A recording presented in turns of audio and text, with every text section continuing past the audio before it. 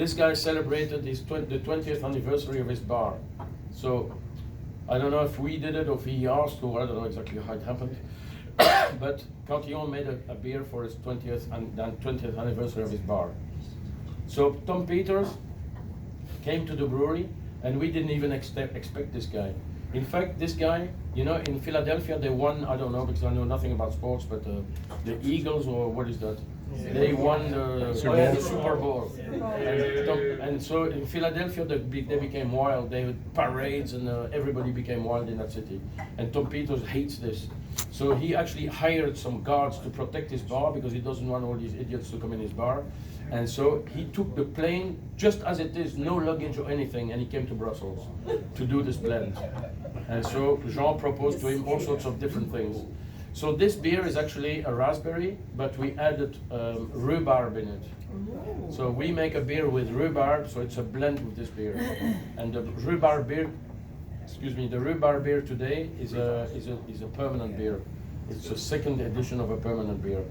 It's what it was, the Zwanze 2012, and this beer now is called Nat, N-A-T-H. It's short for Nathalie. Nathalie is a wife of our brewer, and she thinks that's her best beer. So in honor to his wife, he made this beer. And because his wife, so we don't have that, but because, just to finish off that part, because his wife is a teacher for little kids, very small ones, well, they've decided to make a label with a blend of drawings made by kids. So they don't want to glorify one kid, they want to glorify the whole class. So just like we blend beers, they actually blend the pieces of drawings to make, and every year this label changes. So later on they will make poster or whatever, there will be an exhibition with all these things. Now, that's the nut. So this is a blend between the Rosé de Gambrinus and a nut. And it's the blend created by Tom Peters. Now, why it hasn't got a label? Well, that's a different story again. The back label, that's the only compulsory one for the law. Now, the front label, Tom Peters was supposed to send us a label. And you know that it takes a long time for the beer to come here, plus the anniversary, you can't just move it. So we told him it's high time you send us a label, we have to print this, we have to get this on. And it never came in time, see?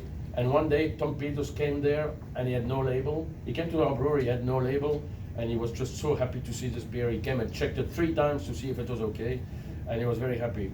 And at that time, Jean-Pierre Van Roy, the father of the brewer, the first one who had a business with him, made a drawing. You know, he took a piece of paper with a pen, but he can't draw, this guy. He started drawing people and cows and something, you know, just like the small kids drawing. And then he asked me, I remember he came to ask me, how do you spell Tom Peters? So I thought it was P-E-E-T-E-R. In fact, it's one E. So that's why there is a label now existing that came much later, and that's why there's a mistake on the label. It's my fault. But in fact, Tom Peters took that drawing from Jean Van Roy and he made a label out of it. We think it's completely ridiculous, but he loves it.